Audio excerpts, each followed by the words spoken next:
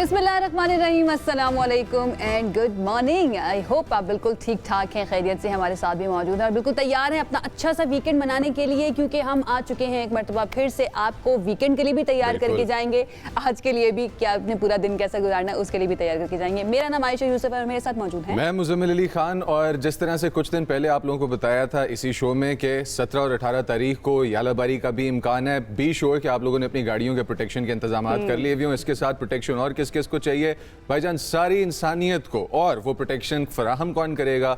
Pakistan. United states of America और Iran इस वक्त एक प्रॉब्लम को सॉल्व करने में लगे हुए हैं। मीडिएशन एफर्ट्स जो चल रहे हैं वो चल रहे हैं पाकिस्तान के साथ, और पाकिस्तान इस चीज़ में आगे बढ़ के क्यों आ रहा है? क्योंकि एक दफ़ा सेकेंड राउंड ऑफ टॉक्स, और इस दफ़ा प्रोबेबली शायद प्रेसिडेंट ट्रंप का पाकिस्तान खुद आना भी पॉसिबल हो। इस वक्त ईरान अमेरिका के जो मुज़ाकरात हैं, आई होप कि ऐसा हो जाए, क्योंकि प्रेसिडेंट ट्रंप जो है उन्होंने खुद से कह दिया है कि बहुत ज़्यादा ब्राइट चांसेस हैं कि ये टॉक्स कामयाब हो जाएंगी, और अगर ये टॉक्स कामयाब हो जाती हैं तो जो मुआहिदा होगा उस पर दस्तखत करने के लिए पाकिस्तान भी जा सकता हूँ। फील्ड मार्शल बहुत अच्छे हैं, प्राइम मिनिस्टर बहुत अच्छे हैं, आई माइट गो, और ये बहुत करीब है कि ये डील हो जाएगी। तो प्रेसिडेंट ट्रंप जो है ना, एक मरतबा फिर से उन्होंने तारीफ की है पाकिस्तान की, और बनती भी है तारीफ करनी, क्यों ना हो भाई। पाकिस्तान एक वाहिद कंट्री है जो इस वक्त पूरी कोशिशों में लगा हुआ है कि ये जंग रुक जानी चाहिए, और 15 दिन का सीज फायर तो हो ही गया। बिल्कुल 15 दिन का सीज फायर हो गया। जो अच्छी बात इसमें से ट्रांसपायर कर रही है वो ये कर रही है कि हमारे पास जो नुमाइंदे हैं अमेरिकन मीडिया के, और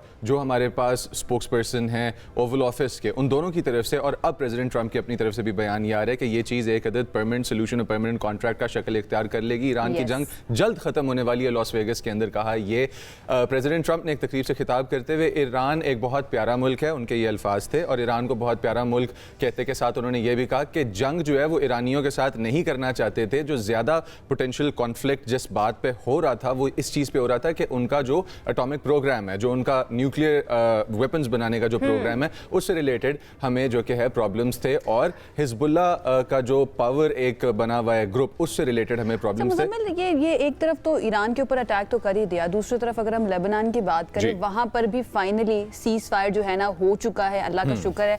और इत्तलात ये खबरें आ रही हैं कि प्रेसिडेंट ट्रंप की तरफ से काफ़ी फोर्स किया गया, काफ़ी प्रेशर डाला गया इजराइल के ऊपर कि भाई वहाँ पर आप कर दीजिए सीज फायर। तो 10 दिन का फाइनली सीज फायर हो चुका है, और पाकिस्तान की तरफ से भी कल एक बहुत इंपॉर्टेंट स्टेटमेंट आया था, ऑफिशियल स्टेटमेंट हम कह सकते हैं, तर्जुमान दफ्तर खारजा की तरफ से कहा गया था कि भाई लेबनान जो है ना वो इन टॉक्स का हिस्सा है, अलहदा नहीं है। क्योंकि पहले ये भी स्पेकुलेशंस हो रही थी कि शायद ये वाली टॉक्स पाकिस्तान में अलग होंगी और लेबनान और इजराइल की अलग होंगी, लेकिन कल तर्जुमान दफ्तर खारजा की तरफ से ये भी क्लियर कर दिया गया। मुज़म्मिल, मैं थोड़ा पढ़ रही थी वेस्टर्न मीडिया को, स्पेशली लेबनीज़ मीडिया को, वहाँ पर काफ़ी मुखालफत पाई जाती है, और वो समटाइम्स वो हिजबुल्लाह को भी बहुत तनकीद का निशाना बना रहे होते हैं कि भाई आपको क्या ज़रूरत है हमें इस कॉन्फ्लिक्ट के अंदर लेकर आने की। लेकिन हम बात करेंगे इन टॉक्स की, अच्छी बात करेंगे, और अच्छी बातें करने के लिए आज हमारे साथ मौजूद हैं एक अमरीकी सहाफ़ी, इनका नाम है केटलिन डोर्नबोस, और उन्होंने ये इंकशाफ किया कि ईरान अमरीका मुज़ाकरात के हवाले से आने वाले दिन निहायत अहम हो सकते हैं, और पाकिस्तान एक मरतबा फिर अहम सिफारती किरदार अदा करता दिखाई दे रहा है finally. Ji Muzammil,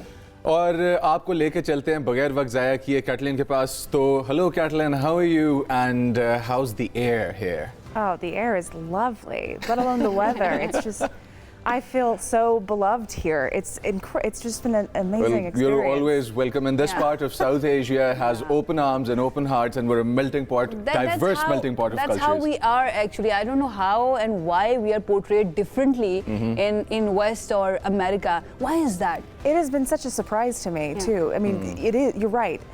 Pakistan has a PR problem. You don't get this sense back home. I think a lot of that is, you know, I grew up in 9/11. I was a child, and we saw so much associated with the Taliban. Yeah. And now that experience is not what's being projected back home. Karachi is popping with rave culture right now, and it's all legal, and you've got nightclubs opening up there. Yeah, that's amazing. Anyway, so as morning shows go, we're always short on time because it's a magazine show, right? Let's get into the business. Now, Pakistani people and the people of Afghanistan, Iran, neighboring countries, there's some part of China, some part of India. People in this region are right now very aware of the fact that President Donald Trump is the key figure at the center of a lot of controversies, a lot of facts, and then there's, of course, the war.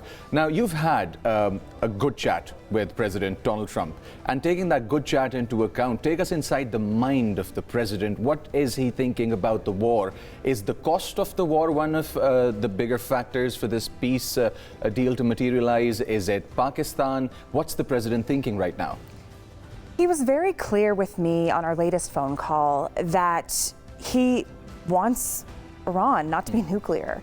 He's said that time and time again. He told me that he doesn't want to be seen as having gone back on his word in some way. It was very clear to me that he was not even interested in a 20-year moratorium that would possibly delay Iran from being able to enrich its uranium for about 2 decades. So as far as how American politics affect his mind, I'm sure it comes into an effect with some issues, but when it comes to war and national security for the United States, he's got his targeted eye on what is best for the United States. What happened with the MAGA, Make America Great Again, campaign? Because he came into power with that slogan that I'm going to make America great again, and then when he comes into power the second time, he attacks Iran.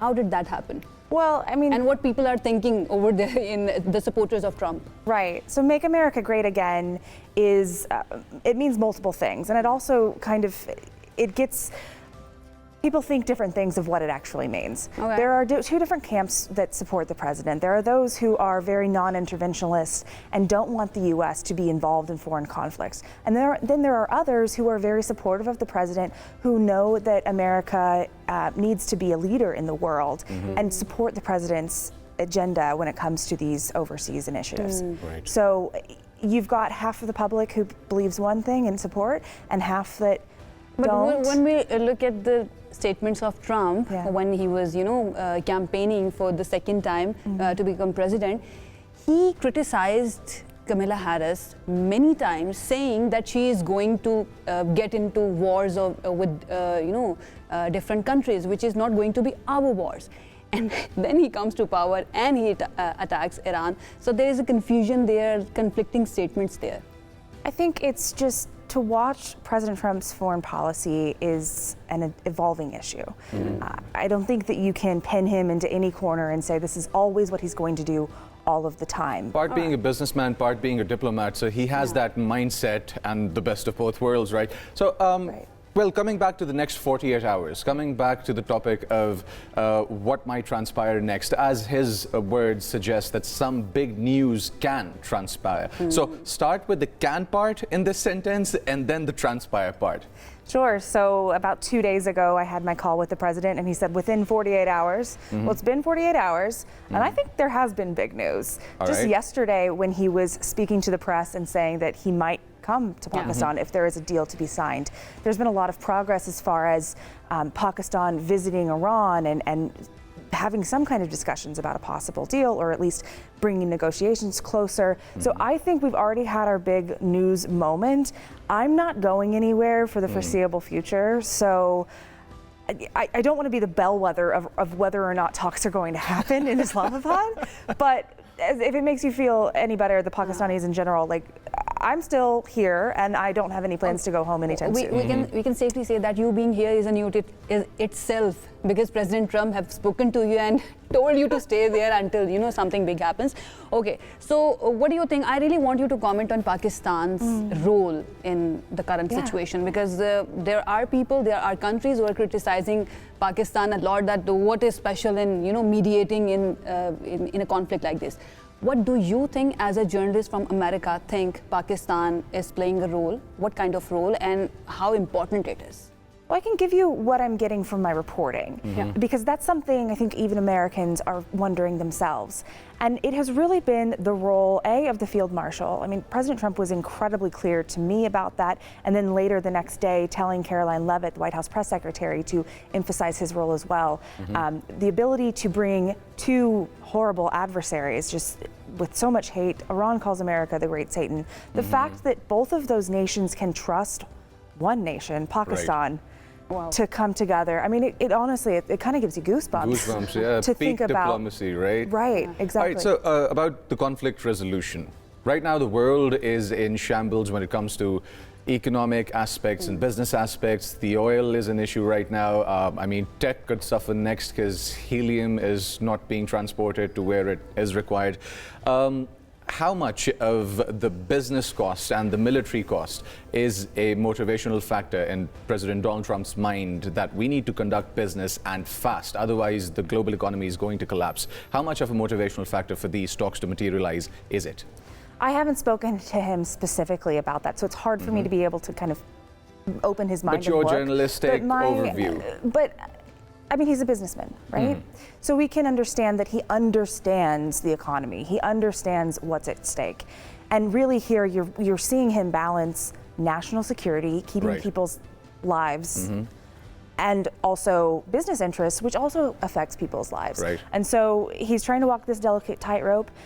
With those pressures at play, I mean, I think that brings him closer to want to end this war, and that's a good thing. All right, so Strait of Hormuz blockaded by Iran partially, and then Uno reverse, right?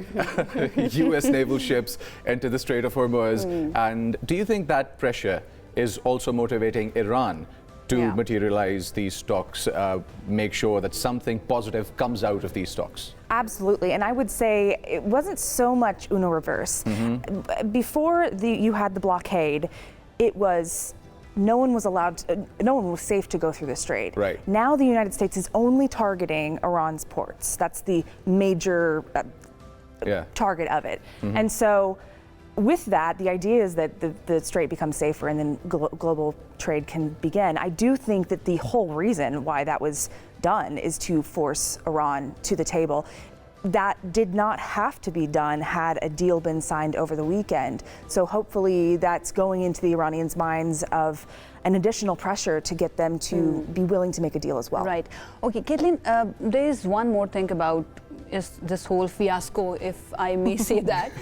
That is Israel, and there's a thing that is, that's been very common in our minds, especially the people of Pakistan, that Israel is the spoiler here.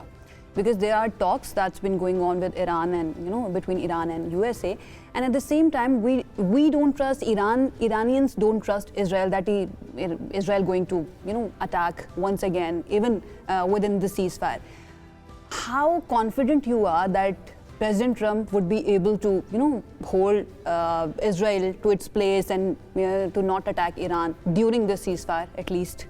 I think after having watched his policy, it's possible that the United States and Donald Trump can play the similar role that Pakistan has played in bringing Iran and the U.S. together. He has a relationship with Bibi Netanyahu.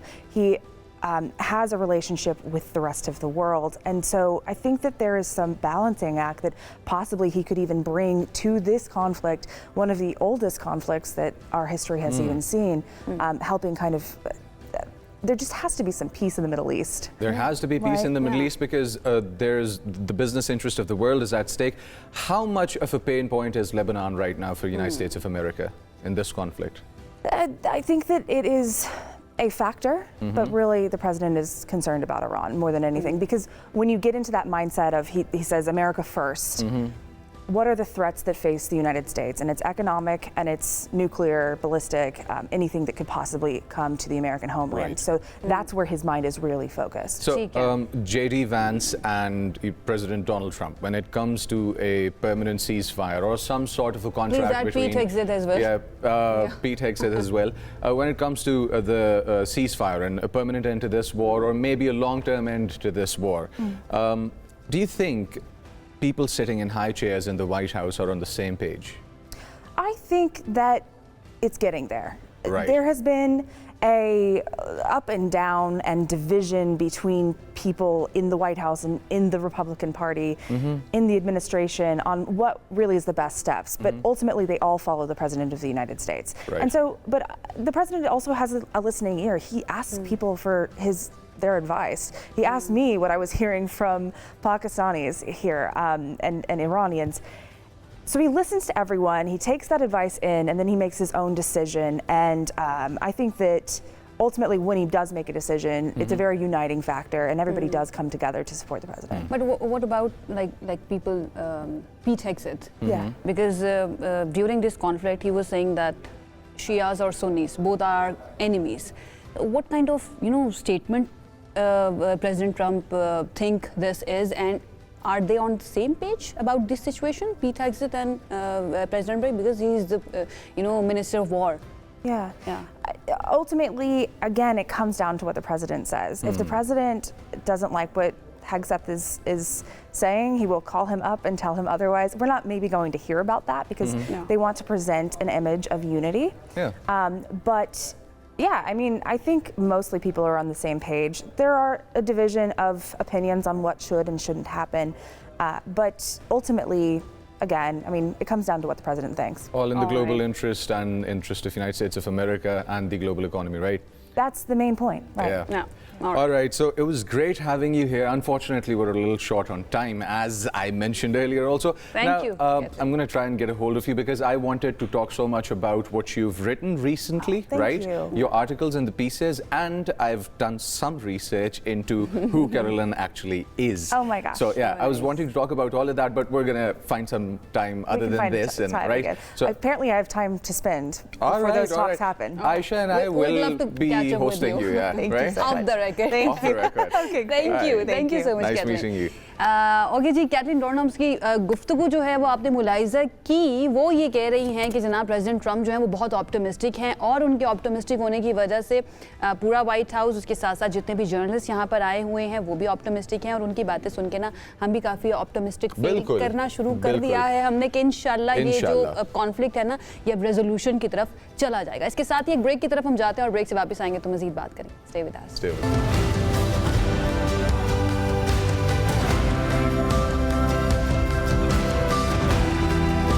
शाहमदीद कहते हैं इस वक्त जिस दुनिया में हम रहते हैं वहाँ पर टेक्नोलॉजी के बगैर जीना जो है ना वो नामुमकिन लगता है। अगर किसी के पास फ़ोन ना हो, उसके घर में कंप्यूटर ना हो या फिर वो सोशल मीडिया इस्तेमाल ना करता हो तो हम हैरान हो जाते हैं कि भाई ये कौन सा इंसान है जो इस दुनिया में रहते हुए ये सब चीज़ें इस्तेमाल नहीं कर रहा।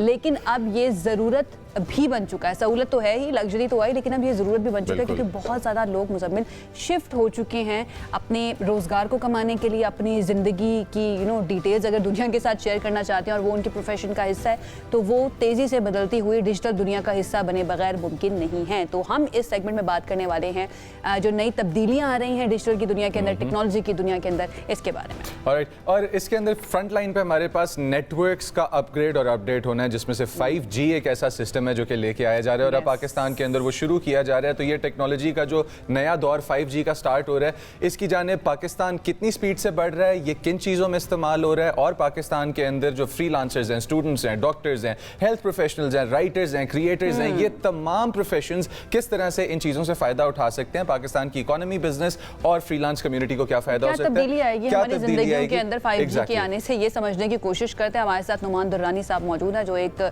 काफ़ी सक्सेसफुल बिजनेस लीडर हैं जिन्होंने सिलिकॉन वैली के अंदर काम किया हुआ है। तो उनके एक्सपीरियंस से ज़रा फ़ायदा उठाने की कोशिश करते हैं और आप लोगों के लिए रहनुमाई लेते हैं कि अगर आपके फ्यूचर प्रॉस्पेक्ट्स टेक्नोलॉजी के अंदर है तो कौन सी टेक्नोलॉजी बेहतर रहेगी आपके बिल्कुल। लिए।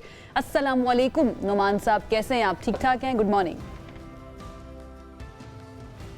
वालेकुम सलाम जी, गुड मॉर्निंग। एंड आपने बड़ी इंटरेस्टिंग बातें की। I think you have said most of the things I had to say already.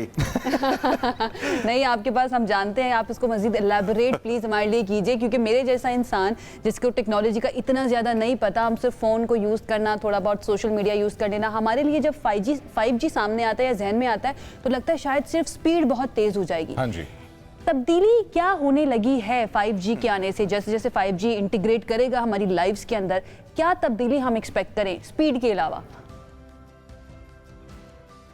बिल्कुल। चलिए जी, let me break this down into 3 pillars. ठीक है जी। पहला पिलर होता है कनेक्टिविटी का, जिसमें पहले 2G, 3G, 4G, 5G या फाइबर या विच इज़ द एनेबलर। बीच के अंदर उसका second pillar is the devices, whether it's an iPhone, whether it's an iPad और विंडोज़ ऑपरेटिंग सिस्टम जिसके ऊपर होता है। तीसरा pillar is the operating system and the software उसके ऊपर.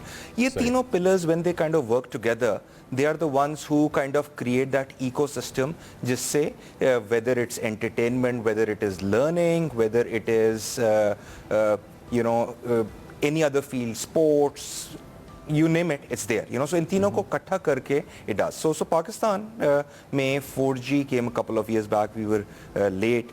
5G is now being auctioned, and I think the government has done a phenomenal job to give us a huge spectrum. Spectrum means कि जी capability कितने लोगों को reach out कर सकते हैं.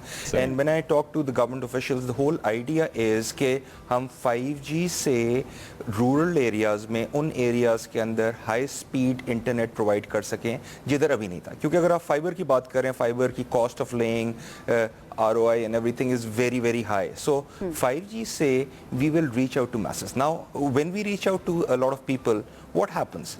They need a device, TKG. So when we talk about Apple ecosystem, because I'm involved in that, mercantile, 12 onwards, they are all 5G enabled, right? Isi tarah, and if you talk about the Chinese players, Android, they are also there. So people will get the right speed to do the right jobs. Now with the AI coming in and everything, it is about learning. I'll focus more on learning because unfortunately, we usually take it that internet and device is TikToks, right?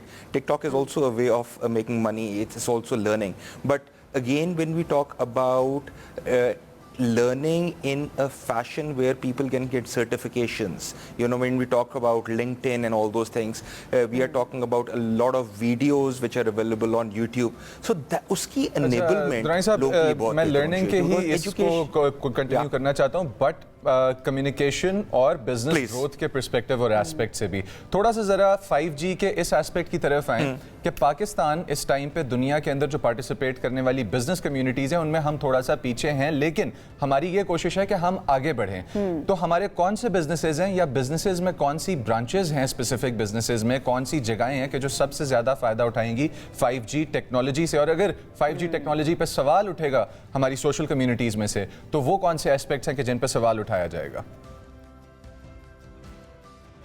देखिए जी, सबसे पहले it is across board. When you talk about, let's say talk about banking and ATM machine which is somewhere in a rural area, उसकी connectivity हो जाएगी, so people can take the money. Number one. Number two, when we talk about mobile wallets and everything, जो पाकिस्तान के अंदर is been a big success, uski connectivity and everything will help. That's the financial side. Then when we talk about even agriculture, in countries like China and everything, it's all dependent on IoT. कि पानी कब trickle करना है, कब देना है and everything.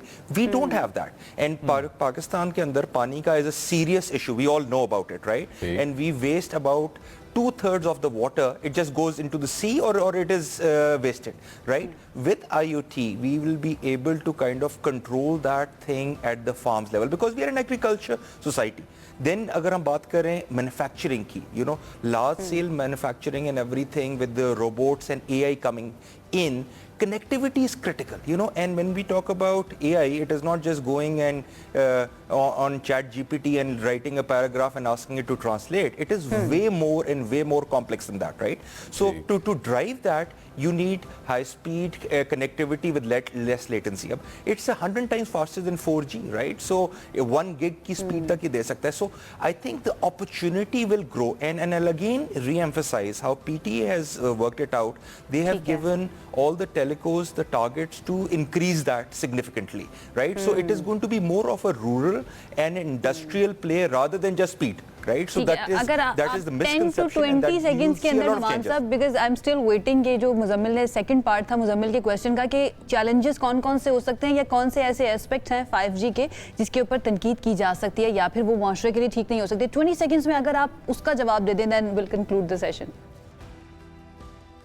I'll try to do it in 10 seconds. जी, माशरे के लिए ख़राब जो होता है वो तो फिर लोगों को खुद देखना पड़ता है, right? So the world is open for good and bad. In terms of rollout, because Pakistan के अंदर with the fuel pricing going up and everything, operators' costs will go up. So if that happens, there's a possibility of a slowdown in terms of deployment. And I hope things get better in the world, as I was listening to you earlier. And then I think the rollout will happen well. Thank you. I hope we stay out of 15-minute cities and CBDCs. Thank you so much. Thank you for taking your time out. और बहुत अच्छा लगा आपसे बात करने के साथ एक छोटी सी ब्रेक की तरफ जाना है. Stay with us.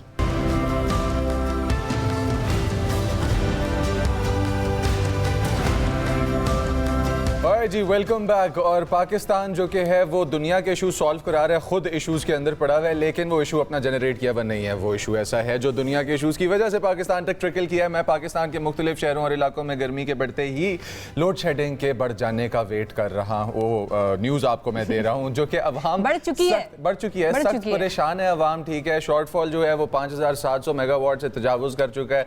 आप कहीं भी चले जाएंगे आपको 8 से 10 घंटे की लोड शेडिंग मिल जाएगी। कुछ ऐसे इलाके हैं जो मुझे रिपोर्ट्स मिल रही हैं बाहर ज़मीनों पे और इधर उधर देही इलाकों में आपको 12-12 घंटे की 13-13 घंटे की भी लोड शेडिंग कुछ इलाकों में गैर एलानिया मिल रही है, जहां पे रात के अंधेरों में कि जिधर मच्छर होते हैं और माएँ हैं बच्चे हैं वहां पे आपको 3-3 घंटा एट अ स्ट्रेच लाइट नहीं आ रही। अब यहाँ पे हमारे पास वफाकी वज़ीर तवानाई जो है सरदार अवैस लगारी साहब क्या कह रहे हैं, उन्होंने अपना ओपिनियन दिया इस चीज़ के बारे में। पहले आपको वो सुनाते हैं, उसके बाद फिर हम आपको लेके जाएंगे पाकिस्तान के मुख्तलिफ शहरों में हमारे रिपोर्टर्स के साथ कि जहाँ से वो हमें न्यूज़ दे रहे हैं। तो आइए सुनते हैं।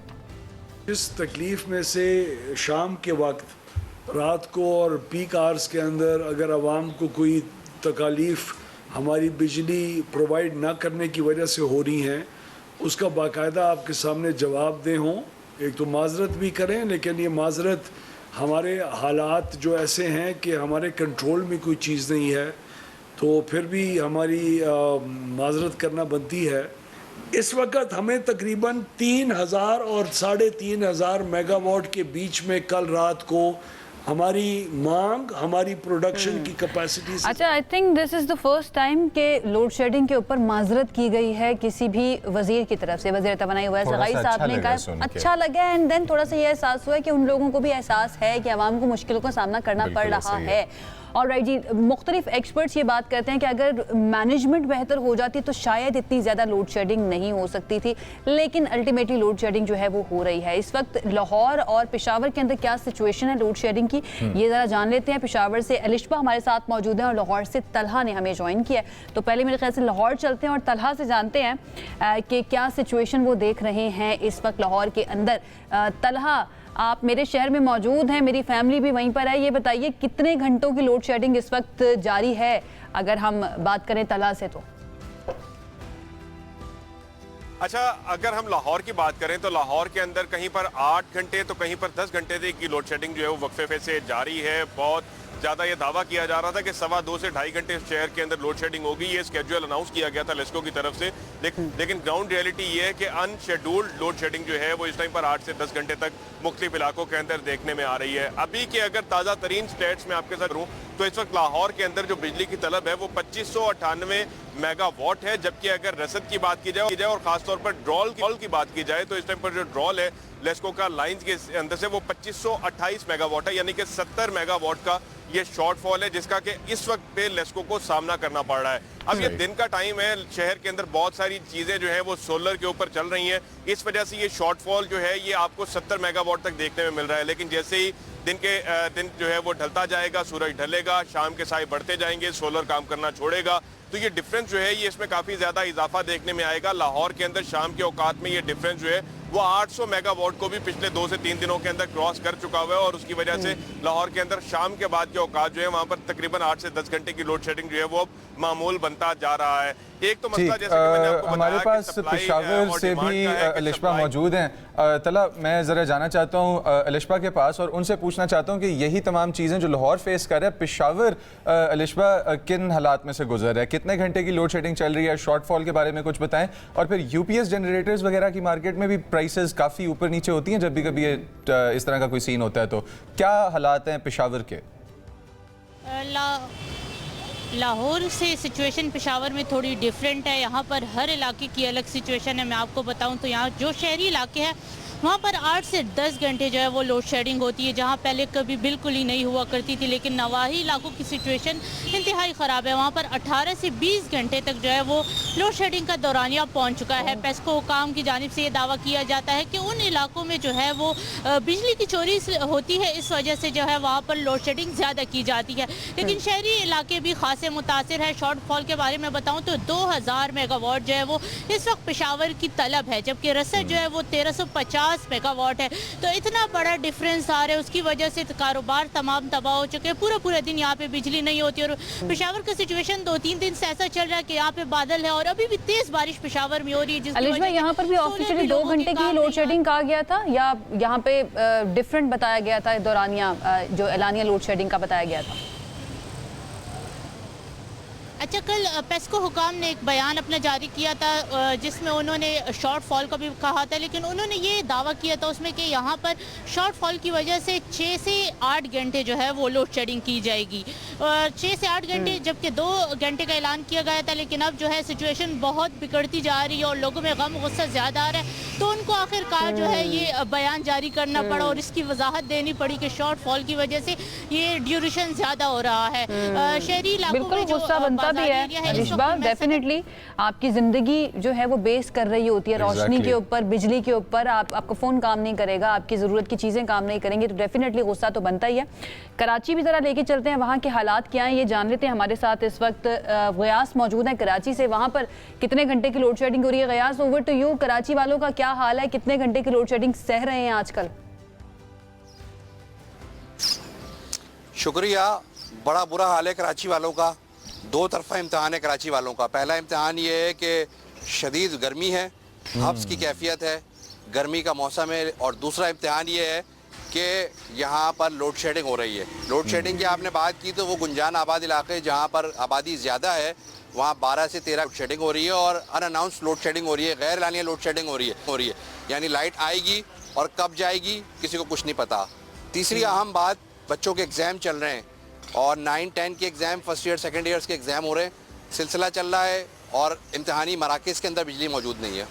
मैं जिस इलाके में मौजूद हूँ ये है लाइन्स एरिया का इलाका, और यहाँ पर भी मेरे बैक साइड पे एक स्कूल मौजूद है जहाँ पर बिजली मौजूद नहीं है। बच्चों का फाइनल ईयर का एग्ज़ाम हो रहा है, 9th का एग्ज़ाम हो रहा है, मुश्किल पेपर है केमिस्ट्री का, गर्मी और हब्स में बुरी कैफियत का सामना कर रहे हैं। नहीं दिया गया कि जो इम्तहानी मराकज़ है एटलीस्ट वहाँ पर तो लोड शेडिंग ना की जाए, ऐसा कोई गुजरा आपकी नज़र से, कोई ऐलान या कोई फैसला? जी, लेटर ज़रूर लिखा जाता है हर साल की तरह मैट्रिक बोर्ड और इंटर बोर्ड के चेयरमैन की तरफ से कि इलेक्ट्रिक को के इम्तहानी मराकज़ को इस्तिस्ना दिया जाए। लेकिन अफसोस से कहना पड़ रहा है कि सेंटर भी उन जगहों पे ज़्यादा बनते हैं जहाँ पर लोड शेडिंग होती है और गैर एलानिया लोड शेडिंग होती है, तो ये सिर्फ ऐलान ही रह जाता है और सिर्फ बयानिया ही रह जाता है। और इस साल भी यही हुआ है कि वो कहा गया है, लेकिन ज़ाहिर है बिजली तकसीम कार कंपनियाँ जो भी हैं वो मनमानियाँ कर रही हैं अपनी और लोगों को मुश्किलात से दो चार कर रही हैं। बहुत बुरी सूरत हाल का सामना करना पड़ रहा है। एक तरफ तो सूरज आँख बरसा रहा है, गर्मी की शिद्दत में मुसलसल इजाफा होता जा रहा है और घरों में लाइट नहीं है, लोग परेशान हैं। इसके साथ साथ इम्तिहानी मराकज़ में लाइट नहीं है, कारोबारी की प्राइसेस, सोलर पैनल्स की प्राइसेस, इन चीज़ों के अंदर भी इजाफा हो जाता है। जब भी कभी हमने देखा है कि अवाम मजबूर होती है तो अवाम ही होती है जो मजबूर अवाम का फ़ायदा उठा रही होती है।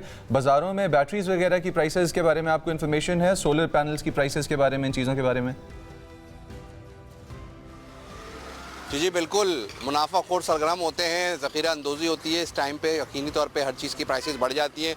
जनरेटर का इस्तेमाल कम हो गया है क्योंकि जनरेटर्स लोगों के पास सहूलत थी कि पेट्रोल के बाद गैस पे इस्तेमाल करते थे, तो पेट्रोल और गैस दोनों की कीमतें बहुत बढ़ गई, तो लोग जनरेटर अब ज़्यादा नहीं खरीदते। सोलर पैनल ज़्यादा इस्तेमाल कर रहे हैं लोग, तो सोलर पैनल की कीमतों में फ़र्क आ गया है।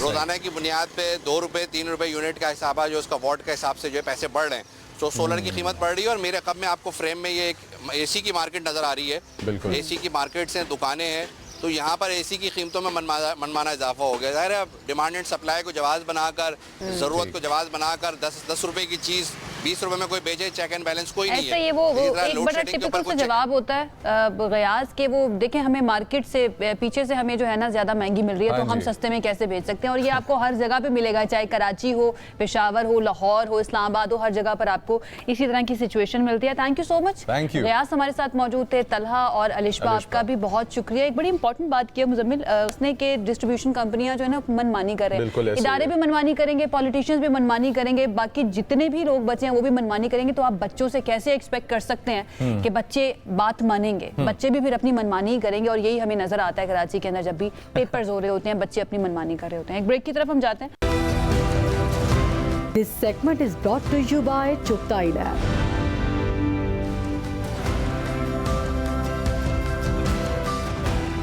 जी वेलकम बैक। सेहत से आगे हमारा ये सेगमेंट है और इसके अंदर हम बात करते हैं सेहत से मुतालिक। इंसानी तारीख जितनी पुरानी है, बीमारियों की तारीख भी हम कह सकते हैं उतनी पुरानी। कहते हैं कि रेवोल्यूशन तब आया था जब इंसान ने पहली मर्तबा हड्डी को जोड़ा था और वहाँ से ये सिलसिला शुरू हुआ था कि इंसान अगर बीमार होता है, ज़ख्मी हो जाए, उसके अंदर कोई प्रॉब्लम आ जाए उसकी बॉडी के अंदर, तो उसको बेहतर किया जा सकता है, तंदुरुस्त किया जा सकता है। और फिर एक शोबा जन्म लेता है जिसे हम मसीहाई का शोबा कहते हैं, एंड दैट इज़ मेडिकल की फील्ड और डॉक्टर्स। और आजकल के तेज़ रफ्तार दौर की अगर हम बात करें, ज़िंदगी ऐसी हो चुकी है कि बहुत कम वक्त हमें मिलता है कि हम अपनी डाइट के ऊपर ध्यान दें, हम एक्सरसाइज के ऊपर ध्यान दें। एंड अल्टीमेटली जो नए वायरसेस आ रहे होते हैं, बैक्टीरियाज आ रहे होते हैं, उसकी वजह से नई नई बीमारियां भी जन्म लेती जा रही हैं। अब नई बीमारियां हों या पुरानी बीमारियां हों, उनको हल करने के लिए, उनको ठीक करने के लिए हमें डॉक्टर्स की ज़रूरत पड़ती है, मेडिकल क्लिनिक्स की और हॉस्पिटल्स की ज़रूरत पड़ती है। तो आज हम बात करने लगे हैं एक ऐसी ही मेडिकल फैसिलिटी के बारे में जो कई दिहाइयों से पाकिस्तान के अंदर मौजूद है, जो शुरू तो हुई थी एक छोटी सी लेबॉर्ट्री से, लेकिन अब उसके जो ब्रांचेस हैं या फिर उसके क्लिनिक्स हैं या उसके सेंटर्स हैं पूरे पाकिस्तान के अंदर फैल चुके हैं। चुगताई लैब्स। अब हमारे साथ इन तमाम इश्यूज़ को डिस्कस करने के लिए यूजुअली डॉक्टर्स होते हैं, लेकिन आज एक ऐसा पर्सपेक्टिव हम आप तक लेके आ रहे हैं कि जो इस चीज़ की फैसिलिटेशन जो प्रोवाइड कर रही है को, ये चुगताई लैब्स का जो मिशन है, इसके बारे में हम लोग बात करेंगे। हमारे साथ chief commercial officer Chughtai health care मौजूद हैं, जवेरिया खान साहिबा। अस्सलाम वालेकुम। और मैम, थैंक यू, आपने वक्त निकाला अपनी सोब में से और आपने हमें ज्वाइन किया। तो big old good morning to you, Ayesha और मुजम्मिल की तरफ से। ये सफ़र चुगताई लैब का जो है, इतनी बड़ी एक अम्ब्रेला बनने का, ये कैसे शुरू हुआ और आज हम कहाँ खड़े हैं? अस्सलाम वालेकुम। फ़र्स्ट ऑफ ऑल बहुत शुक्रिया आयशा और मुजम्मिल मुझे यहाँ बुलाने का और इस सफ़र को आपसे शेयर करने का। सो बेसिकली ये 1983 में चुगताई लैब का आगाज़ हुआ है एक लेबॉरेटरी नेटवर्क से, और उसके बाद एक्सपेंशन और इसका जो मुल्क भर में इसकी जो एक्सपेंशन होती गई है, उसमें मल्टीपल इसकी ब्रांचेस खोली गई हैं ताकि आवाम को आसानी प्रोवाइड की जा सके, आवाम को उनके इलाकों के अंदर हेल्थ से रिलेटेड जो फैसिलिटी है उसको प्रोवाइड किया जा सके। सो 1983 से लेके अब तक तकरीबन 40 साल से ज़ायद का अरसा हो चुका है और इसकी तकरीबन 500 ब्रांचेस मौजूद हैं जो across the country services provide कर रही हैं और लोगों को फैसिलिटेट कर रही हैं और लोगों को उनकी टाइमली एंड करेक्ट डायग्नोसिस में, जिसे तशखीस कहते हैं, जिसे foundational pillar in health care कहते हैं, उसमें मदद कर रही है। राइट। अच्छा जवेरिया, और भी लैब्स हैं और पाकिस्तान के अंदर, चुगताई लैब कैसे डिफरेंट है उनसे? देखिए, मैं तो सिर्फ चुगताई लैब के बारे में बात कर सकती हूँ, बाकी लैब्स जो अपना काम कर रही हैं डेफिनेटली वो अपनी काबिश में अच्छा काम कर रही हैं। चुगताई लैब के 3-4 मिशंस हैं जिसको लेकर हम बहुत ज़्यादा फोकस्ड हैं और हमारी एंटायर टीम इस पे बहुत फोकस्ड है। एक तो we want to be the problem solver. हमें ऐसा लगता है कि जब किसी पेशेंट को किसी प्रॉब्लम में वो है तो हम उसको सॉल्व करना चाहते हैं, और हमारे इस सफ़र के अंदर जितनी सर्विसेज ऐड की गई हैं, जितनी फैसिलिटीज़ ऐड की गई हैं, वो पेशेंट जर्नी को, पेशेंट की हेल्थ केयर के डायग्नोसिस के जर्नी को कंप्लीट करने के लिए की गई हैं। जैसे हम लोगों के पास अक्रॉस द कंट्री सिर्फ लेबॉरेटरी नेटवर्क है, अब हमारे पास रेडियोलॉजी की जदीद मशीनें अवेलेबल हैं जिस पे लोग बाआसानी टेस्ट करा सकते हैं। और एक और चीज़ जो हमें बहुत डिफरेंट करती है, हम उन इलाकों में हैं जहाँ पर बाकी नेटवर्क्स अवेलेबल नहीं हैं। जनरली फोकस किया जाता है बड़े शहरों पे। सो हम KPK से लेके बलूचिस्तान और सिंध के ऐसे इलाकों में भी मौजूद हैं जहाँ पे जनरली बहुत मुश्किल है हेल्थ केयर की एक्सेस। और एक और चीज़ जिसमें हम बहुत प्राइड लेते हैं और बहुत ज़्यादा इसको सेलिब्रेट करते हैं कि हमारा जो फोकस है वो पेशेंट है।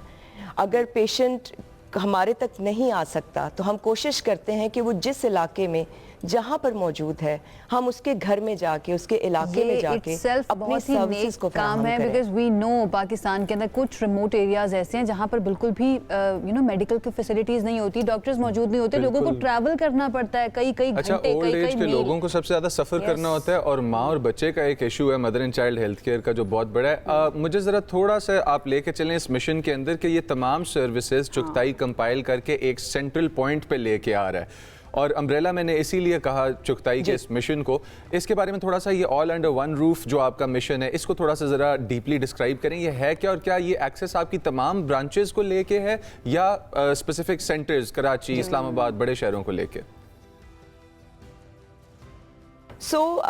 तकरीबन 40 साल पहले तो ये लैब की तरह ग्रो की, और जिस चीज़ में हम एक अच्छी सर्विस प्रोवाइड कर सकते थे, हमने उतना अरसा तक उस सर्विस को कंटिन्यू रखा, और उसके बाद फिर जिस सर्विस में हम अपनी स्किल डेवलप करते गए और पेशेंट्स की नीड के अकॉर्डिंगली उनका तशखीस का ये जो सफ़र होता है, जिसमें उनको डायग्नोसिस में मदद चाहिए, उनको फैसिलिटेशन चाहिए, उनको डॉक्टर कंसल्टेशन एडवाइजरी चाहिए, उनको घर पे बैठे हुए कोई सहूलियात चाहिए, तो हम वो सर्विसेज आहिस्ता आहिस्ता अपने मेन्यू में ऐड करते गए। अगर मैं कुछ सर्विसेज को डिस्कस करूं तो हमारे पास एक कंप्लीट सॉल्यूशन है रेडियोलॉजी का। अभी भी उस मेन्यू में आप कह सकते हैं बहुत सारी एडिशंस हो सकती हैं, और अब हम तकरीबन तमाम बड़े शहरों में एक्सरे, अल्ट्रासाउंड, सिटी, MRI जैसी सहूलियात को मुहैया कर रहे हैं। इसी तरह से हमने एक और चीज़ देखी कि लोगों को इनिशियल डायग्नोसिस के लिए डॉक्टर से मशवरे की ज़रूरत पड़ती है, तो हमने एक फ्री हेल्पलाइन 24/7 लॉन्च की है। ये अक्रॉस द कंट्री अवेलेबल है, टेलीमेडिसिन की। You can call at that number, और हमारे डॉक्टर्स, एक्सपीरियंस डॉक्टर्स उस फ़ोन को रिसीव करेंगे, आपकी इमीडिएट इमरजेंसी को समझेंगे, आपको गाइड करेंगे और आपको राइट डॉक्टर से कनेक्ट भी करेंगे। और अगर आपको किसी किस्म की डायग्नोसिस बटन आपके सामने एक अदर डॉक्टर है जिससे आप रास्ते में, आप किसी ऑपरेटर से नहीं, किसी कस्टमर सर्विसेज एजेंट से नहीं, आप डॉक्टर से बात करें, बहुत इंपॉर्टेंट है। एंड डेफिनेटली आपको प्राइड लेना चाहिए इसके अंदर जवेरिया, ये सारा जितना भी काम किया जा रहा है। अच्छा, स्पेशलिटी क्लिनिक्स जो हैं उनके बारे में मैं चाहूँगी थोड़ा सा आप बताइए, जैसे मदर एंड चाइल्ड या ब्रेस्ट केयर से मुतालिक, इसमें किस तरह से ये लैब जो है वो काम कर रही है, कौन कौन सी फैसिलिटीज़ हैं? हमने दो चीज़ें और हमें अंदाज़ा हुआ कि ना सिर्फ एक तो हमने टेली कंसल्टेशन को फ्री किया, हमने कुछ वॉक इन क्लिनिक्स भी अपनी की लोकेशंस में बनाए, जहाँ पे एक जनरल प्रैक्टिशनर बैठा हुआ है, आप उसके पास जा सकते हैं और उससे अपना मसला या मशवरा कर सकते हैं, and that's also a free service. Then that doctor can guide you to specialised clinics और कंसल्टेंट क्लिनिक्स कि आपकी बीमारी थोड़ी कॉम्प्लेक्स हो चुकी है, तो हमारे पास तकरीबन 150 से ज़ायद कंसल्टेंट्स हमारे मल्टीपल लोकेशंस पे मौजूद हैं जिनसे मशवरा किया जा सकता है। आपने बड़ा राइटली पॉइंट आउट किया, what is a speciality clinic. जैसे ब्रेस्ट कैंसर का डायग्नोसिस है, आपको या आपके किसी जानने वाले को, आपके किसी प्यारे को इस का एहसास होता है कि उसको एक गिल्टी है, तो there are a certain set of tests and screenings and a team of doctors that has to be involved. तो उस हवाले से हमने ब्रेस्ट क्लिनिक का एहतमाम किया कि वहाँ पर आपको ब्रेस्ट सर्जन भी मिलेगा, बायोप्सी की फैसिलिटी भी मिलेगी, आपको मेमोग्राम की फैसिलिटी भी मिलेगी, आपको अल्ट्रासाउंड की फैसिलिटी भी मिलेगी, आपको काउंसलिंग की फैसिलिटी भी मिलेगी, और आपको किसी भी किस्म की एडवाइजरी उससे के हवाले से चाहिए तो उस पेशेंट को एक स्पेशल पेशेंट की तरह ट्रीट किया जाएगा। वो रिपोर्ट लेके मुख्तलिफ जगहों पर ना जाए और परेशान ना हो। हम इस चीज़ में कोशिश हैं कि हम उसकी रिपोर्ट को देख के उसको जो फर्दर स्टेप्स चाहिए उसमें उसकी मदद कर सकें। सिमिलर मॉडल के ऊपर डायबिटीज़ क्लिनिक बनाया गया, सिमिलर मॉडल के ऊपर हमने मदर एंड चाइल्ड क्लिनिक बनाया। सो हमारी कोशिश है कि जो पेशेंट्स हैं उनके लिए आसानी प्रोवाइड की जा सके, और उसी आसानी के सफ़र में हम अपनी सर्विसेज ऐड करें। बिल्कुल, वी नो कि जब भी किसी इंसान को कोई बीमारी हो जाती है या उसे पता चलता है, कुछ डायग्नोसिस में सामने आता है, तो सबसे पहली चीज़ कंफ्यूजन होती है कि व्हाट टू डू नेक्स्ट, क्या करना है मुझे, किसके पास मुझे जाना चाहिए। और चुगताई लैब जो है ना, हम देख रहे हैं माशाल्लाह वो उसके अंदर बहुत अहम किरदार अदा कर रहा है उनको रहनुमाई फराहम करने के लिए। और सबसे इंपॉर्टेंट ये होता है ना कि हाथ पकड़ के बताना कि it's okay, everything will be all right. तो चुगताई जो लैब जो है वो इसमें काम कर रहा है। इन द एंड जवेरिया, कुछ आप कहना चाहें, कोई मैसेज देना चाहें?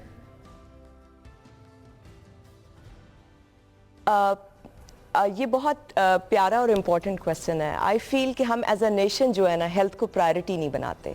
और हम चुगताई लैब पे भी इस चीज़ पे कोशिश हैं कि आप प्रिवेंटिव हेल्थ के ऊपर अवेयरनेस बिल्ड करें, प्रिवेंटिव हेल्थ को जो है वो प्रमोट करें, बिकॉज जब एक दफ़ा एक बीमारी आप पर काबू पा लेती है तो उसका जो ट्रीटमेंट है वो बहुत लंबा है और बहुत तकलीफ दे है। इसी हवाले से हम मल्टीपल प्रोग्राम्स रन करते हैं, डायबिटीज़ से रिलेटेड, मेमोग्राम से रिलेटेड और इम्पॉर्टेंट टेस्टों से रिलेटेड हम प्रोग्राम्स रन करते हैं कि तशख़ीस को, प्रिवेंशन को अपनी ज़िंदगी का मामूल बनाएं।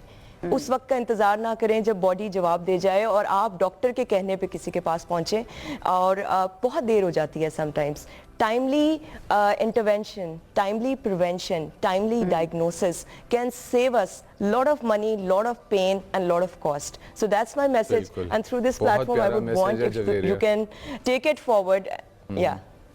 Brilliant. Thank you, Javeria. Thank you so much and all the very best. जी चलें आप कंक्लूड कर लें, आप क्या कह रही हैं? जी, तो मैं चाहती हूँ कि इस प्लेटफॉर्म के जो आपके पास है और आपके पास मिलियंस ऑफ लाइव्स की एक्सेस है जो आपको वॉच कर रहे हैं, प्लीज़ प्रिवेंटिव हेल्थ को अपना मामूल बनाइए और प्रिवेंशन पर काम करें। क्योर जो है वो डिफ़िकल्ट है, एक्सपेंसिव है। टाइमली अपनी हेल्थ का चेकअप रखें, अपनी डाइट का ख्याल रखें, एक्सरसाइज को पार्ट बनाएं अपनी ज़िंदगी का। हम जो खाएंगे हमारी बॉडी उसकी रिफ्लेक्शन है। अपने मल्टीपल टाइमली चेकअप्स करते रहें और खुश रहें और खुशियाँ बांटें और आसानियाँ बांटें, और यही मेरा पैगाम है। और आपका बहुत शुक्रिया कि आपने हमें मौका दिया कि हम अपने पैगाम को एक ब्रॉडर ऑडियंस के साथ शेयर करें। Great talking to you. आपने अपनी सुबह में से वक्त निकाला और बड़ी इंपॉर्टेंट बातें की और बड़ा ही प्यारा मैसेज आपने दिया। So viewers, that was Javeria Khan, and as promptly जिस तरह से इन्होंने अपना मैसेज दिया है, अपनी हेल्थ के चेकअप को एक रेगुलर रूटीन बना लें। अच्छा, इसी तरह के और सेगमेंट्स आपके लिए लाइंड अप हैं, आप हमारे साथ रहिएगा। आयशा यूसुफ और मुजम्मिल अली खान यहाँ पे बैठ के चाय पी रहे हैं, आप देखें एक छोटा सा ब्रेक और वापस आते तो होती है मुलाकात।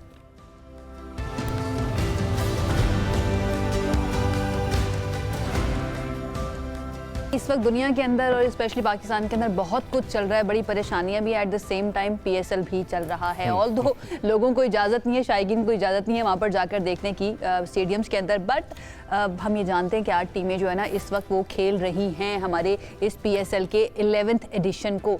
सिचुएशन ये है कि पेशावर ज़ल्मी इस वक्त टॉप पर मौजूद है, तमाम मैचेस उसने जीते हुए हैं। और अगर हम बात करें रावलपिंडी की तो वहाँ पर हमें साइलेंट स्टिलनेस नज़र आ रही है। डॉक्टर साहब, अब ये क्यों है? क्योंकि एक भी मैच जो है वो नहीं जीत पाए हैं।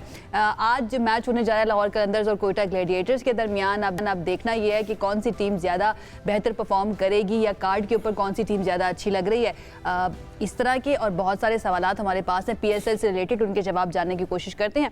हमारे साथ मौजूद है डॉक्टर नुमान नियाज़ साहब। अस्सलाम वालेकुम। सबसे पहले तो ये बताएं आप कल क्यों नहीं आए? आप कौन से कल भूल गए। ये देखिए ना, हमें ब्रेक में बताया तो मैंने कहा इनको ऑन एयर पकड़ती हूं, बट भूल गए आप। अशर का फोन आया, अशर का फोन आपके तरह, मैं कहा उसमें ले लो, अपना जूम पे ले लो। कहता सर वो ब्रेकिंग आ गई है कोई फॉरेन ऑफिस की। मैं चल सामने ऑलराइट जी, चले डॉक्टर साहब, ये PSL आजकल जिस तरह से चल रहा है, हम जानते हैं एंथुसियाज्म कम है क्योंकि शायकीन जा ही नहीं रहे देखने के लिए, बट हम अंदाजे तो लगा सकते हैं कि कौन सी टीम कैसा परफॉर्म कर रही है और कौन सा खिलाड़ी आगे जाके हमारी जो नेशनल टीम है उसके अंदर जा सकता है। पेशावर ज़ल्मी की परफॉर्मेंस कैसे देख रहे हैं? मैं वही कह रहा हूँ कि we are almost half way through. इस PSL में क्राउड का ना होना जो कि हमारी मजबूरी थी, and I totally side with Pakistan cricket board. It was a good wise savvy decision considering the geopolitical environment and hostility। तो ये तो एक चीज़ थी, क्योंकि हमने इस पे सफ़र बहुत किया हुआ। हमने वो 3 मार्च 2009 is still etched in our memories। मैं मीडिया में नहीं थी लेकिन हमें याद है। लेकिन ये बहुत अच्छा डिसीजन था not to have crowd. Crowd एक छोटा सा पार्ट होता है जो कि आपको पिक्टोरली या पिक्चरिस्टिक एक वो बनाता है और एक उसमें ऐड करता है एनर्जी, बट असल चीज़ होती है quality of cricket. Since first edition, probably ये जो PSL 11 है, it has the worst sense of competition और competitiveness है ही नहीं। आपने 8 फ्रेंचाइज कर दी, it may well be good as a business model, but इससे बहुत ज़्यादा regression हुई है in terms of quality। Plus जो striking चीज़ है, जो एक इसमें positives भी बहुत आए हैं नज़र, जो आपने पेशावर ज़ल्मी की बात की है, वो unscathed है, they are the only unbeaten team। एक बारिश से एक पॉइंट उन्होंने मिस किया था। Will they be able to win the championship? You still can't say that. उनके भी बीच में कुछ वीकर लिंक्स हैं जो अभी तक एक्सप्लॉइट नहीं हुए। Okay. उनके साथ एक फायदा आपको नजर आ रहा होगा कि बाबर आजम अपनी पोजीशन ऑफ कंफर्ट पे आया as a captain and then opening बेतहाशा रन्स कर रहा है, बहुत अट्रैक्टिव और एलिगेंट बैट्समैन है, साइट फॉर द गॉड्स जब आप उसको वो खेलता है। I still believe he is irrelevant to international T20 cricket. उसने शायद उसका यहाँ पे मेंटल ब्लॉक है, उसने अपने आप को इवॉल्व नहीं किया। स्टीवन स्मिथ ने इवॉल्व कर लिया, ठीक है ना। बहुत सारे प्लेयर्स हैं जिन्होंने T20 के लिहाज से मॉडर्न क्रिकेट डेवलप कर ली, इनोवेशंस क्या सिर्फ उनके ऊपर ही रिलाई किया जा सकता है इवॉल्व करने की जो आप बात कर रहे हैं कि इंडिविजुअल जो हैं? Because he is the best batsman around, ठीक है। अच्छा, एक तो ये जो अच्छी चीज मुझे नजर आई कि यंगस्टर्स जो हैं बैट्समैन स्पेशली बैटर्स, उन्होंने डोमिनेट किया है इस PSL को, जो लोकल लड़के हैं और जो बुजुर्ग थे और जो कि सीजन हैं, जिनसे एक्सपेक्टेशंस थी वो नहीं कर पाए। फिर आपको मिडिल ऑर्डर में एक दो नजर आ रही ग्लेयरिंग जो पाकिस्तान के सिलेक्टर्स ने डिजास्टर किया था। This guy Hasan Nawaz plays modern cricket, लड़का एक समीर महनास जो आपने देखा होगा इस्लामाबाद यूनाइटेड से, खुदारा इसको अभी इंटरनेशनल ना खिला दें, अभी he hasn't played first class cricket, लेकिन एक अमेजिंग टैलेंट है, बड़ा एलिगेंट है, बहुत सेवी है, ब्रिलियंट फील्डर है। कल उसने एक probably catch of the tournament भी लिया और एक उसने वो रिले कैच भी की। रन्स वो कर रहा है और क्रिकेट अवेयर है, फिट है, नजर आ रहा है कि फोकस्ड है और बहुत ज़्यादा बेहतर हो जाएगा। अभी डॉक्टर साहब, मॉडर्न क्रिकेट की जो आप बात करते हैं, मैं बड़े गौर से सुन रहा हूँ कि कितनी प्यारी बात आपने कही है। मॉडर्न क्रिकेट समझा दें जरा व्यूअर्स को कि मॉडर्न क्रिकेट कैसे खेली जाती है। पहले क्रिकेट होती थी स्किल्स पे, फ्लेयर पे, फ्लेबॉयंस पे, इंडिविजुअल के टैलेंट पे। तो पाकिस्तान जो है वो कम्पीट करता था इंटरनेशनली, टूर्नामेंट्स भी जीत जाता था, तगड़े मैचेस खेलता था। फिर क्या हुआ, फिर ये एक इंडस्ट्री बन गई जिसमें जब ब्रॉडकास्टिंग आ गई, प्रोडक्शन आ गई, तो इसमें मनी स्पिनिंग शुरू हो गई। जब मनी स्पिनिंग शुरू हो गई और फिर साइंस इंटीग्रेट हो गई, बायोमैकेनिक्स आ गया, किनेसियोलॉजी आ गया, स्पोर्ट्स न्यूट्रिशन आ गया, स्पोर्ट्स में वर्कलोड मैनेजमेंट आ गई, इंजरी प्रिवेंशन आ गई। तो फिर अब उन्होंने क्या किया कि उन्होंने टूल्स को इंटीग्रेट कर दिया, ये सारी, इवन AI को भी इंटीग्रेट कर दिया, इवन सिलेक्शन में AI आ गई। फिर उन्होंने इंडिविजुअल्स को 15% स्किल रह गई, 85% परफेक्शन पे ले गए। अब ग्लेन फिलिप्स जो है, he is 5 feet 11.5 inches tall, he is 162 kg, he is 82 kgs and he picks up 162 dead in the morning। क्यों? उसकी उन्होंने कोर और बैक जो है ना वो इक्वली स्ट्रॉन्ग कर दी, उससे उसका डायनामिक बैलेंस हो गया। वो विकेट कीपर था, उसको एंगुलर पोजीशन पे लाके पॉइंट पे इस तरह उसको उधर खड़ा कर दिया। अब वो जो स्पेक्टेकुलर कैचेस लेता है, अमेजिंग, माइंड बॉगलिंग ट्राइज करता है, बिकॉज वो हवा में बैलेंस्ड होता है, कोर और बैक जो है उसको बैलेंस करती है। Jonty Rhodes was a natural, Herschelle Gibbs was a natural, he is a biomechanical phenomena. जैसे क्राफ्ट किया गया, जैसे Usain bolt was a natural biomechanical phenomena, इसको क्राफ्ट कर लिया। फिर आप ये देखते हैं कि आज जो है मुजम्मिल को मैंने आज वर्कलोड मैनेज करना है, इसको मैं ये मैच इसलिए नहीं खिला रहा। फिर अब इंडिविजुअलाइज्ड ऑप्टिमाइज्ड ट्रेनिंग्स हो गई हैं, इनके मसल और हैं तो इनकी ट्रेनिंग रेजिमेंट और है। फिर मॉडर्न क्रिकेट क्या है कि पहले होता था कि मैं आपका कोच हूँ, मैं आपको सिखा रहा हूँ, अब 3 हो गए हैं। अब बायोमैकेनिस्ट और किनेसियोलॉजिस्ट आपका सारा एनालिसिस करेगा मशीन पे, वो बता देगा आपका साइड ऑन है, मिक्स्ड एक्शन है, फ्रंट फुट कैसे प्लांट होता है, कोर कितनी स्ट्रॉन्ग है, मेरा आर्क पूरा 360 बैट का बनता है, जैसे Suryavanshi, Vaibhav Suryavanshi is a phenomena, so he is all biomechanics, strong base, arch पूरा, इसलिए वो छक्के मारता है। डॉक्टर साहब, आप ये जो सारी बातें बता रहे हैं, ये चीजें that makes a modern cricketer.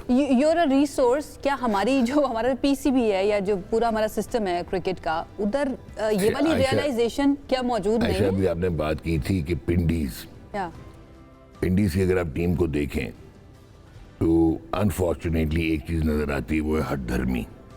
अगर आपके पहले तीन batsman including your captain, they were the weakest link, और वो फेल हो रहे थे और आउट ऑफ फॉर्म थे, तो आप क्या करेंगे लाइफ में? आपको सोचेंगे, पहले आप एक्सेप्ट करेंगे, वो एक्सेप्टेंसी के फेज में नहीं आए, आप एक्सेप्ट करके फिर आप इंट्रोस्पेक्ट करेंगे, फिर आप उसके बाद असेसमेंट करेंगे और फिर आप उसमें चेंजेस लेके आए, क्योंकि हैदराबाद किंग्स मैंने इसी टूर्नामेंट में आपको दिखा दिया। Now they are doing all the right things, they have started to win. अब पिंडीज का क्या है, उनकी स्ट्रेंथ क्या थी? Mid order. डॉक्टर साहब, उन्होंने मिड ऑर्डर तबाह कर दिया, उन्होंने फॉरेस्टर को निकाल दिया। आपने अभी पिंडीज की हठधर्मी की बात की, ठीक है, और आपने बताया कि लाइव कॉलर है, मलिक अलैयार हैं, लाइव कॉलर है हमारे पास, पिंडी से हैं। मैं जरा चाहता हूं कि मलिक अलैयार साहब जो रावलपिंडी से हैं, सबसे पहले तो अस्सलाम वालेकुम आपको सर, और आपका कमेंट मैं चाहता हूं आप डॉक्टर साहब से करें कि पिंडीज का मसला क्या है। जी अस्सलाम वालेकुम रहमतुल्लाह। वालेकुम सलाम। जी मलिक साहब। जी मोहतरम डॉक्टर साहब, मैं एक जनरल, वैसे एक ठीक है, हमारे कोच भी हैं, इतने महंगे महंगे लोग स्टाफ आपने रखे हुए हैं, तो हमारे जितने भी अच्छे प्लेयर हैं, लाइक साइम अयूब ले लें आप, शर्जील ले लें, आजम खान, तो ये ग्राउंड शॉट पे क्यों नहीं फोकस करते? कोई भी इनको टेक्निक क्यों नहीं सिखाते? जिस तरह वीवन रिचर्ड थे या ब्रायन लारा या वो सारे अच्छे लोग, तो ये ग्राउंड शॉट पे क्यों नहीं फोकस करते? अच्छा क्वेश्चन। हमारे कोचिंग स्टाफ इनका आप डिस्प्ले चेक कर लेना, आउट जितने भी होते हैं वो सारे लॉफ्टी शॉट पे आउट होते हैं मैक्सिमम हमारे जो अच्छे प्लेयर है ना, तो फखर जमान देख लें आप उनका, तो एक ही टेक्निक एक ही उस पे आउट होते हैं। तो क्या उस पे ये फोकस नहीं करता कि ग्राउंड शॉट पे अगर इनको हमारे कोचिंग स्टाफ वो इनको मतलब ठीक है, आप सुनते रहे, जवाब लेते हैं हम डॉक्टर जी। बहुत ही जबरदस्त क्वेश्चन इन्होंने किया। दो चीजें, एक तो फील्ड रिस्ट्रिक्शंस जो होती हैं पावर प्ले में, जिसको लॉन्च फेज कहते हैं, उसमें आप पंजाबी में कहते हैं बॉल टपाना, कि आप मारते हैं फ्री रन करने, मैक्सिमाइज करना है ताकि आपकी बेस इतनी स्ट्रांग हो जाए कि मिडल ओवर जो रिकंस्ट्रक्शन फेज है उसमें आप रना बॉल जाएं और फिर फाइनल बैट करें, तो उसमें आप ये इन द एयर शॉट्स मारते हैं। फिर अभी मैं बात कर रहा था, अब जैसे ऑनरिक क्लासन था, क्लासिक एग्जांपल था बायोमैकेनिक्स का, तो अब वो डेवलप हो गए हैं शॉट्स, इनोवेट कर दिया, क्रिकेट की एक पैराडाइम शिफ्ट आई है जो कि T20 अब सीरियस क्रिकेट हो गई। पहले ये कमर्शियल क्रिकेट थी और फॉर द कॉनेस्योर नहीं थी, फॉर द पैशनेट थी, एंटरटेनमेंट थी। अब ये जो बात कर रहे हैं, Jacob Bethel is the greatest example कि वो T20 क्रिकेट भी बरकरफ्तारी में खेलता है, बट वो ऊंची शॉट्स नहीं मारता है, वो तभी मारता है जब पक्की मिलती हैं। उसमें उसने मैपिंग की होती है कि यहाँ पे गैप है, यहाँ पे गैप है। This is known as cricket awareness. आप ग्राउंड शॉट्स तब मारेंगे जब आप स्ट्राइक रोटेट कर सकते हैं, ताकि आप एक एंड से दूसरे में भागते हैं। स्ट्राइक रोटेट आप कब कर सकते हैं? जब आपका डिफेंस तगड़ा होगा और वो फिर स्किल सेट अगर आपका तगड़ा होगा। अनफॉर्चुनेटली हमारे जो प्लेयर्स हैं, आधा तीतर आधा बटेर, और जो दो हमारी स्ट्रॉन्ग साइड है क्या डॉक्टर साहब? हम होती थी, अब कुछ नहीं है। मैं ये जानना चाह रही हूं। अब कुछ नहीं है। अब PCB, this is high time, वो जहाँ पे इतना इन्वेस्ट करते हैं इंफ्रास्ट्रक्चर, हमें कॉन्क्रीट टोम्स नहीं चाहिए। हमारे पास अगर रिसोर्स ही नहीं होगा तो उन टोम्स, वो तो टोम्स बन जाएंगे, कब्रिस्तान बन जाएंगे। तो बेहतर ये है कि अब ये अनफॉर्चुनेटली बहुत सारे ऐसे ऑफिसेज में लोग हैं जो उन ऑफिस से रेलेवेंट नहीं है, तो फिर वो इनसिक्योरिटी होती है। जब इनसिक्योरिटी होती है तो रेजिस्टेंस टू चेंज होता है। अच्छा डॉक्टर साहब, हमारी जो स्ट्रॉन्ग साइड है वो है क्या? तो अगर हमारी स्ट्रैटेजी के बारे में, क्योंकि बाहर ऑन द स्ट्रीट जो चीज़ सुनने को मिलती है वो है पब्लिक ओपिनियन, और वही है जो काउंट करता है, राइट? अच्छा, इसके अंदर एक मुझे सुनने को मिला परसों तरसों छोटा सा फिक्रा, वो ये था कि कुर्बानी के पास ना एक जोक क्रैक किया करते हैं कि बकरे आपस में अगर बात कर रहे होंगे ना तो कह रहे होते हैं कुर्बानी के पास कि अगर पकड़े गए तो छुरी लाल, बच गए तो झूले लाल। अब ये हमारी जो क्रिकेट है, देखो बात बड़ी सिंपल सी है कि दुनिया किसी और तरफ जा रही है। जो टॉप टीम्स हैं वो प्रोग्रेसिव हैं, प्रोसेस ड्रिवन है, ठीक है। अब मैंने अभी आपको मैं बात कर रहा था कि अब एक कोच जो है वो बायोमैकेनिक्स से एनालिसिस लेके और फिर करेक्ट करता है प्लेयर को। प्लेयर डायरेक्टली कोच से उसी वक्त होता है जब एनालिसिस हो जाए। हमारा, मैंने अभी आपको कहा कि रेजिस्टेंस टू चेंज है, इनसिक्योरिटीज हैं, वो अब टाइम आ गया है। अब आप आंखें बंद नहीं कर सकते। पहले कमर्शियल या मार्केटिंग डिपार्टमेंट जैसे चैनल्स में होता है, वो बहुत इंपॉर्टेंट होता था कि पैसा आना है। अब cricket sells itself. Now state of the art medical panel.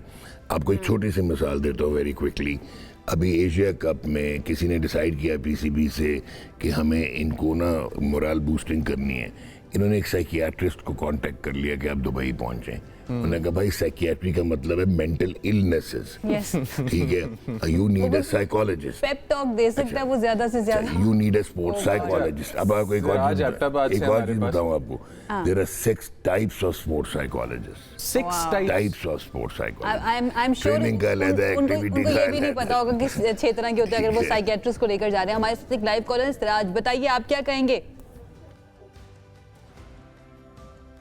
Siraj आप सुन पा रहे हैं? आई थिंक सिराज नहीं सुन पा रहे हैं। थैंक यू सिराज, कल दोबारा से कोशिश कीजिएगा। वक्त खत्म हो गया। इन द एंड आज के मैच के बारे में आप क्या एक्सपेक्ट कर रहे हैं? सवाए एक पेशावर ज़ालमी और अच्छा कराची किंग्स भी लगता है पिंडी से हाथ मिला लिया उन्होंने। They started brilliantly but they have gone down miserably. इसमें से चौथी टीम जो है ना वो देखना होगा कौन आती है, बट मुल्तान एंड जो है आपका ये Peshawar Zalmi, 2 Islamabad United should go. ठीक है, 3 हो गए।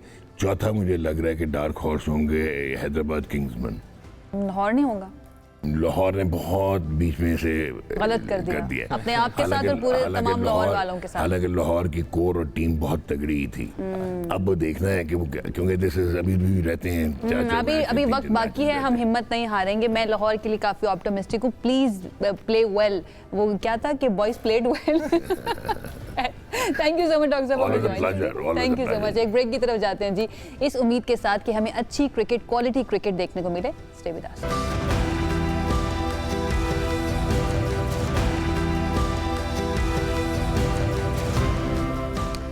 जी वेलकम बैक वंस अगेन। मेरे ख्याल से आप थोड़ा सीधे हो जाएं, बॉडी पोस्चर को सीधा कर लें। हम लाइव आ चुके हैं एक तरीका होता है बात करने का हमारा जी। बॉडी पोस्चर जो है ना वो आपको बताता है कि आप कितने अटेंटिव थे, कितना तैयार थे किसी भी अनएक्सपेक्टेड सिचुएशन के लिए या फिर एक्सपेक्टेड सिचुएशन के लिए जिसके लिए मुजम्मिल अभी तैयार नहीं थे। Now why we are talking about body postures, because हमें ये पता चला कि अगर आपका बॉडी पोस्चर अच्छा है ना एक तरीके का है तो फिर लोगों के दरमियान आप कॉन्फिडेंट लग सकते हैं, आपकी लाइफ के अंदर इंप्रूवमेंट आ सकती है। वो कैसे आ सकती है उसके लिए हमारे जनाब जो ये को होस्ट हैं ये गए थे एक एक्सपर्ट के पास जो लाइफ कोच है मोहम्मद अली। जरा चलते हैं इनकी तरफ, वहाँ वाले मुजम्मिल हमें क्या बता रहे हैं। हमारे साथ मौजूद हैं मोहम्मद अली साहब, लाइफ कोच हैं।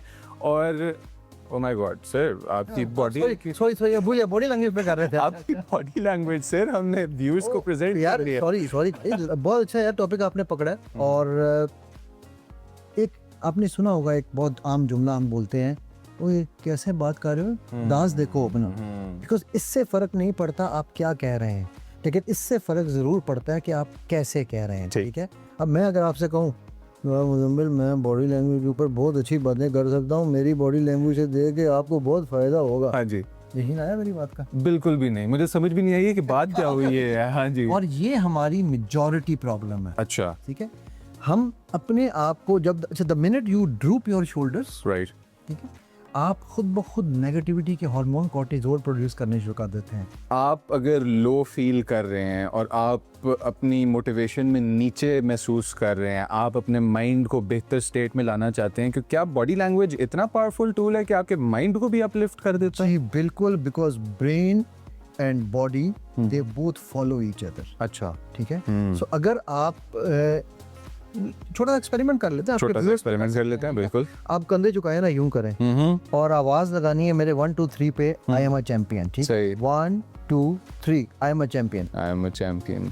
कितना यकीन आया? नहीं आया यकीन। अब शोल्डर्स ऊपर, अच्छा शोल्डर आपने सीधे रखने हैं, गर्दन कॉलर से टच नहीं करनी। ठीक है, अगर हम गर्दन कॉलर से टच करते हैं तो उसको हम बॉडी लैंग्वेज में कहते हैं ये अप नोज के साथ ये किबर की निशानी है। सही, ठीक है। सो गर्दन आपकी स्ट्रेट, शोल्डर स्ट्रेट। अब हम फिर वही आवाज लगाएंगे। फीट जो है इसको हम नॉर्मली कहते हैं कि they should be shoulder width apart. ठीक हो गया। 1 2 3 I am a champion, I am a champion. फर्क पड़ा? बिल्कुल। अच्छा, अब हुआ क्या, द मिनट आपने शोल्डर ड्रूप किए थे आपकी बॉडी ने कॉर्टिसोल प्रोड्यूस करना शुरू किया, जो कि डिप्रेशन का हार्मोन है, स्ट्रेस, हार्ट डिजीज, स्ट्रोक। हाँ जी। और द मिनट यू लिफ्टेड, ये एक टेड टॉक पड़ी हुई है, अगर कोई व्यूअर देखना चाहे जाके उस पे टेड में, एमी कडी एक रिसर्चर है हार्वर्ड, उसकी टेड टॉक पड़ी हुई है।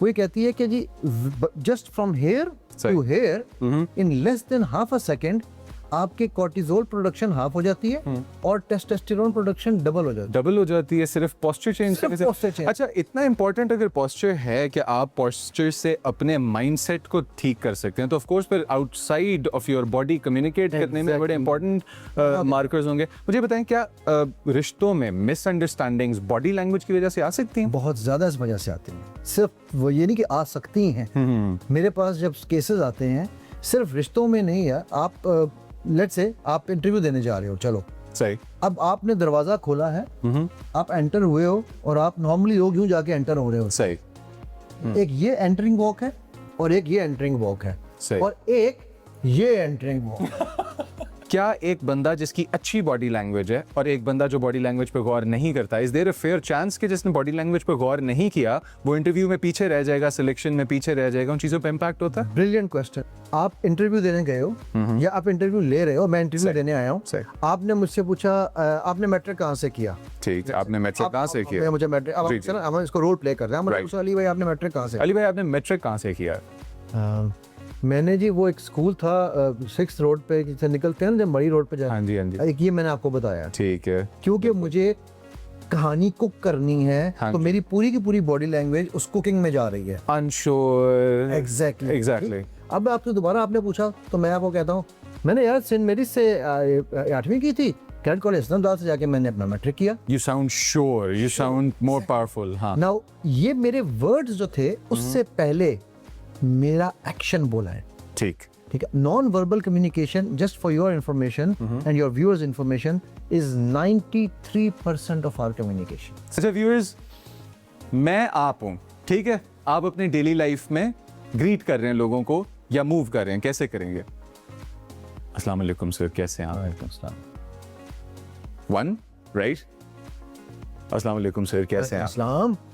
अच्छा, अब यहीं पे रुक जाना। This with the smile actually wanted me to go close to you. सही, Because I felt attracted. एक तो स्माइल थी, Right. हैंड प्रॉपर था। बाय द वे हम इस पे 2 मिनट बात कर सकते हैं। Hand shake is a complete science. Let's say आप मुझे हाथ मिलाते हो, दोबारा हाथ मिलाओ और आप मेरे हाथ को यूं नीचे करो। अब आपने अपना हाथ डोमिनेंट किया है, सही, मुझे आपको काउंटर करना है तो मैं कहूँगा गुड बॉय, ठीक। अब लेट्स से मैंने आपके हाथ को डोमिनेट किया है तो आप मुझे ये करेंगे, सही। अच्छा, अब आपने मैंने डोमिनेट किया, आपको मैंने ये किया, now you want to bring it back to normal, आप मुझे यहाँ टैप कर सकते हैं। सही। ये एक बुश और यासिर अराफात और व्लादिमीर पुतिन की हाँ जी पूरी एक वीडियो है। हाँ जी, हाँ जी, उस वीडियो को हम बॉडी लैंग्वेज की साइंस में पढ़ाते हैं बाकायदा, ठीक है। सो हैंडशेक में अगर आपका हैंडशेक बराबरी में नहीं हो रहा, ठीक है, तो इसका मतलब है you have lost half the battle. तो जो लोग आई कांटेक्ट नहीं करते, are they doing something wrong? अच्छा, eye contact is a myth. अच्छा, ओके, 2 तरह की मिथ है। क्यों मिथ है? क्योंकि जो 70 to 80% of the time people do not do eye contact. Research कहती है कि the maximum eye contact a person would do in one communication is around 25% on an average. Alright, ठीक है। नंबर 1। नंबर 2, जरूरी नहीं है कि जो आई कांटेक्ट नहीं कर रहा, नजरें इधर उधर फेरने वाला, वो झूठ नहीं बोल रहा। यानी कि गुड बॉडी पोस्चर व्यूअर्स और गुड बॉडी पोस्चर का लिंक डायरेक्ट मोटिवेशन से आपकी ऑफिस की ज़िंदगी में, आपके बॉसेस के सामने, आपके कॉर्पोरेट दुनिया के अंदर आपकी प्रेजेंटेशन, आपकी पर्सनालिटी, आपकी मेंटल वाइब, आपके दिल की वाइब आपकी बॉडी पे डिपेंड करती है और आप अपनी बॉडी को किस तरह से कैरी करते हैं, ये चीज़ आपका आइडेंटिटी का मार्क होती है। It was good time meeting you sir and it was great. मैंने इसीलिए पहले आगे पढ़ा था आपने ये करना, मैंने पहले याद दिया। It was great having this conversation with you. जज़ाकल्लाह। Well, that's very important। ऐसे छोटे छोटे सेशंस जो है ना, हम सबको लेते रहने चाहिए और जो लोग नहीं जा सकते, हम कोशिश करते हैं अपने प्रोग्राम के थ्रू उनके लिए लेकर आए। वैसे जो एक चीज सबसे टॉप पर होगी जो आप सीख कर आए हैं अली से, वो कौन सी हो सकती है बॉडी पोस्चर के लिहाज से? बॉडी पोस्चर के लिहाज से है कि जी चेस्ट आउट, चिन अप, लेकिन आप लोगों का जो गर्दन है वो आपके कॉलर के साथ टच नहीं होना चाहिए, क्योंकि प्राइड ठीक है, सेल्फ कॉन्फिडेंस ठीक है, लेकिन अल्लाह को ना किब्र नहीं पसंद, तो उस चीज़ को हमने अवॉइड करना है। इसी के साथ ह्यूमिलिटी के और हम्बलनेस के मैसेज के साथ आज का प्रोग्राम करते हैं ख़त्म। मैं मुज़म्मिल अली खान, मेरे साथ आयशा यूसुफ और हमारा short form long form content हमारे सोशल मीडिया हैंडल्स पे। Do let us know what you would like to see next, या अगर आप किसी गेस्ट का सेगमेंट वापस जाके व्यू करना चाहते हैं तो इंशाल्लाह ताला अब होगी अगले वीक में मुलाकात। इसी के साथ इजाज़त दें। एंजॉय योर वीकेंड एंड अल्लाह हाफिज़।